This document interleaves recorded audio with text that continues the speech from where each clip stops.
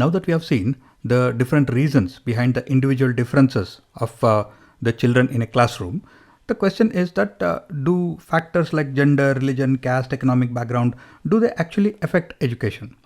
Well, all you have to do is a simple Google search and you'll come across many reports and many news articles which clearly indicate that yes, all such factors not only affect the kind of educational opportunities that children are getting, they also affect the learning that is happening in the classroom. For example, the community or the caste or the religion that the children come from can affect things like the dropout rate.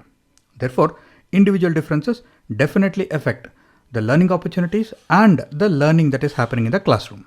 So, what are the educational implications of these individual differences?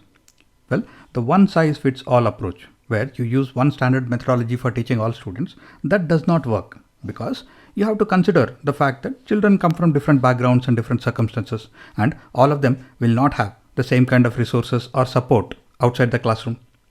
And you have to make sure that the syllabus is also not rigid.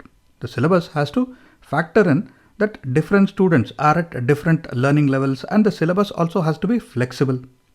And even the assessment techniques have to be different to account for these individual differences.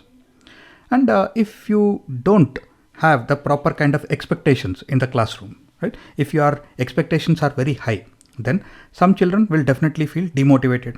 For example, if you look at a typical classroom and you map the intelligence quotient of the students in a typical classroom, it will follow a bell curve or a normal curve like this, which means that there will be some students who are below average and some students who are above average. So if the teacher has expectations here, then the below average students will feel demotivated because you are teaching above their level, above their capability, right? So they'll not be able to understand what the teacher is saying, so they feel demotivated. And the above average children will find that what is being taught in the classroom is below their level, so they will feel demotivated because it is not a challenge for them. Therefore, the teacher has to consider that individual differences exist in the classroom. There will be children with different IQ levels, different backgrounds, different circumstances. Therefore, the teacher has to account for all of this in the teaching and learning process.